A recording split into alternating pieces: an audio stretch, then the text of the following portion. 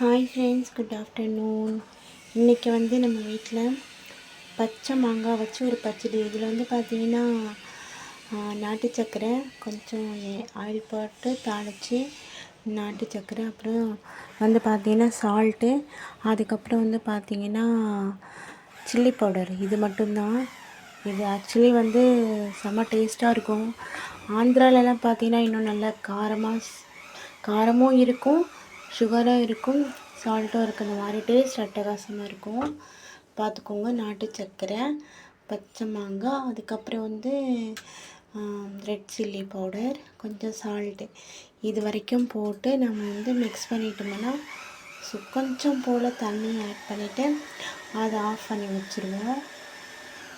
இன்றைக்கி எங்கள் வீட்டில் பச்சை மாங்காய் பச்சடி எப்படி இருக்கு பாருங்கள், சூப்பராக இருக்கும். அதுக்கப்புறம் கத்திரிக்காய், முருங்கைக்காய், உருளைக்கிழங்கு போட்டு ஒரு கூட்டு.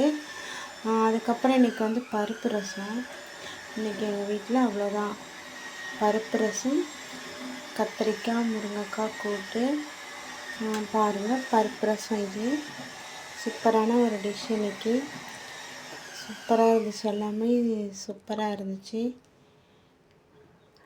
சுட சுட சாதம், அதுக்கப்புறம் மாங்காய் பச்சடி ரெடி ஆகிட்டு பாருங்கள். மாங்காய் பச்சடி, அதுக்கப்புறம்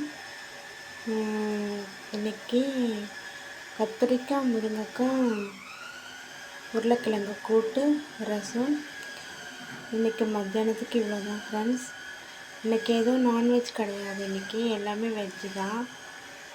சாதம், பருப்பு ரசம், மாங்காய் பச்சடி ப்ரிப்பேர் பண்ணது ரொம்ப ஈஸியாக ப்ரிப்பேர் பண்ணிடலாம்.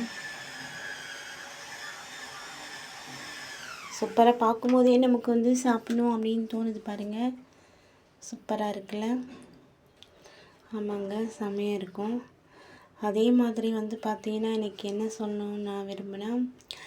நிறைய ஃப்ரெண்ட்ஸ் பேசுவாங்க. அதுக்கப்புறம் நம்மக்கிட்ட அவங்க தான் நமக்கு எல்லாமே அப்படின்னு நம்ம நினச்சிடக்கூடாது ஃப்ரெண்ட்ஸ். எல்லாமே சில காலம் மட்டும்தான். இது யாருக்கும் சொல்கிறேன்னா சொந்தக்காரங்களாக இருந்தாலும் எல்லாமே ஒரு லிமிட்டுக்கு மேலே தான். கொஞ்சம் பால் காய்ச்சி வச்சா மறுநாள் அதை குடிக்க முடியாது, புளிச்சிரும்ல. ஸோ அது மாதிரி தான் லேடிஸாக இருந்தாலும் ஃப்ரெண்ட்ஸாக இருந்தாலும். ஸோ எல்லாம் ஒரு லிமிட்டில் பேசினா எல்லாமே நல்லாயிருக்கும். இல்லை மன கஷ்டம் மட்டும்தான் வரும். தேங்க்யூ ஃபார் வாட்சிங் ஃப்ரெண்ட்ஸ். Bye bye. ஒரு சில டைம் பார்த்தீங்கன்னா நமக்கு சரி இருக்காது.